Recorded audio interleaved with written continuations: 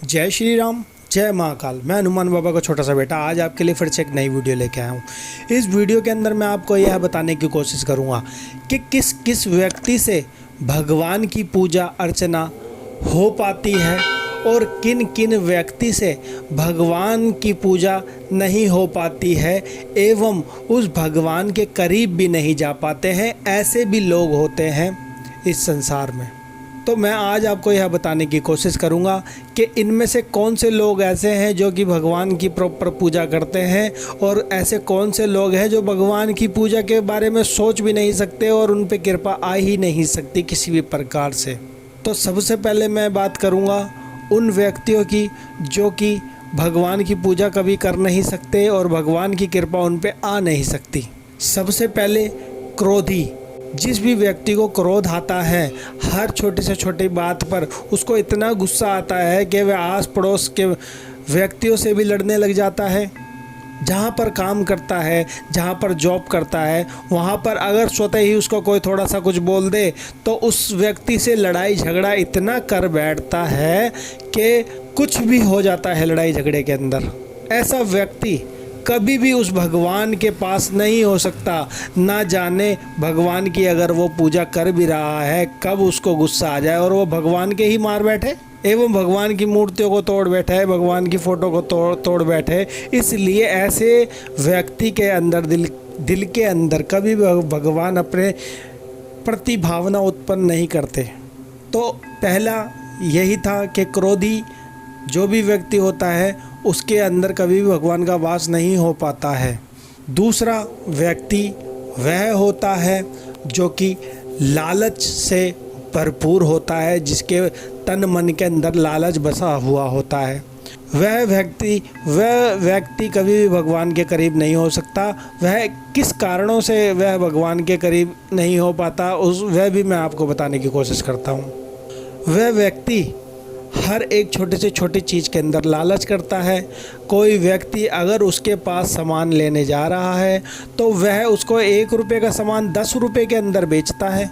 उसकी हक की कमाई को वह स्वतः ही लूटने की सोचता है, उसको ठगने की सोचता है। वह ये नहीं सोचता कि ये भी बेचारा कितनी मेहनत मजदूरी करके एक एक पैसा जोड़ करके यह सामान लेने आया है या फिर कोई चीज़ लेने आया है।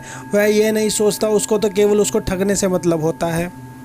अब ये ठगना भी कई प्रकार से होता है, चाहे वह दुकान के जरिए ठगना हो या रास्ते में चलते हुए किसी भी प्रकार से किसी भी व्यक्ति को ठगना हो।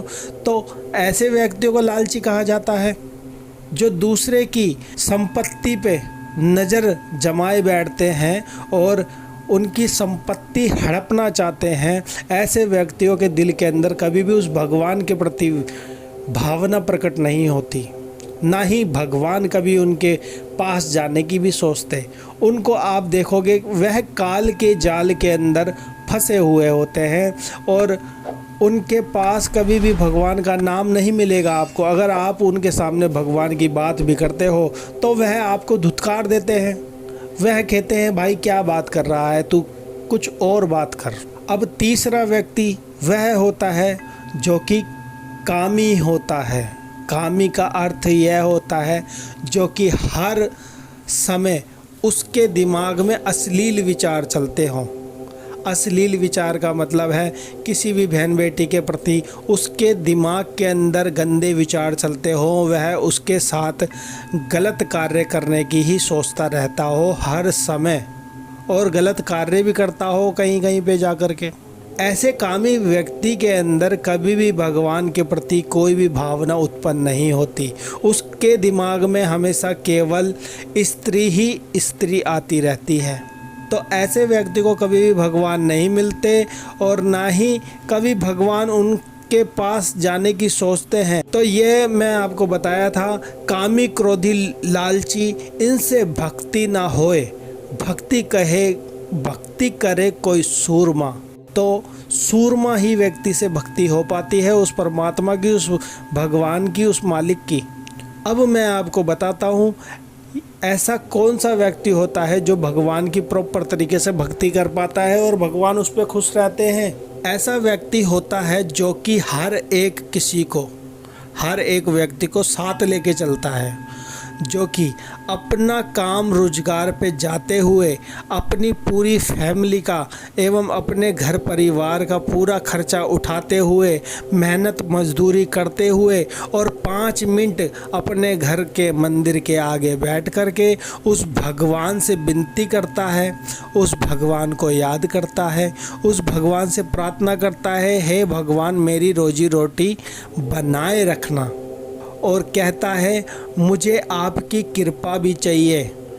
तो ऐसे व्यक्ति के साथ में हमेशा भगवान की शक्ति ज़रूर रहती है और उसकी सहायता हमेशा करती रहती है।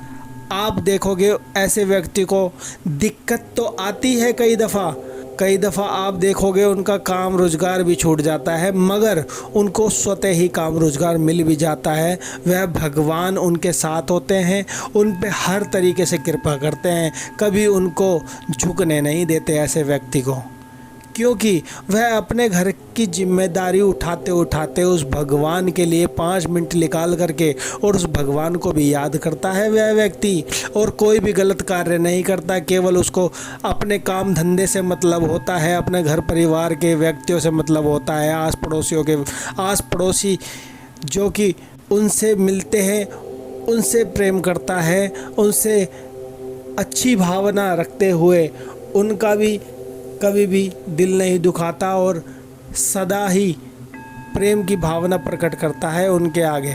तो ऐसे व्यक्ति को भगवान की कृपा अवश्य ही प्राप्त होती है। और जो व्यक्ति भगवान की तपस्या करते हैं, जैसे ऋषि मुनि करते थे, उन व्यक्ति को भी हमेशा भगवान की कृपा प्राप्ति होती है।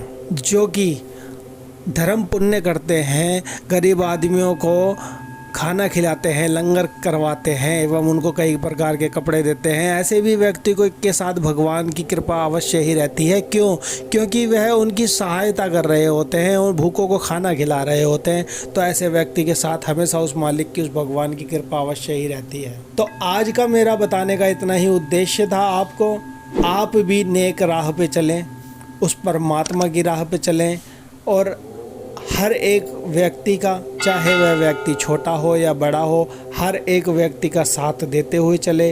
काम क्रोध लोभ मोह से बचें ताकि वह परमात्मा परमेश्वर आपको भी मिल सके। तो आज का टॉपिक इतना ही था। जय श्री राम, जय महाकाल। आप सबका दिन मंगलमय हो। आने वाली वीडियो में मैं फिर कुछ नया बताने की कोशिश करूँगा। तो जय श्री राम।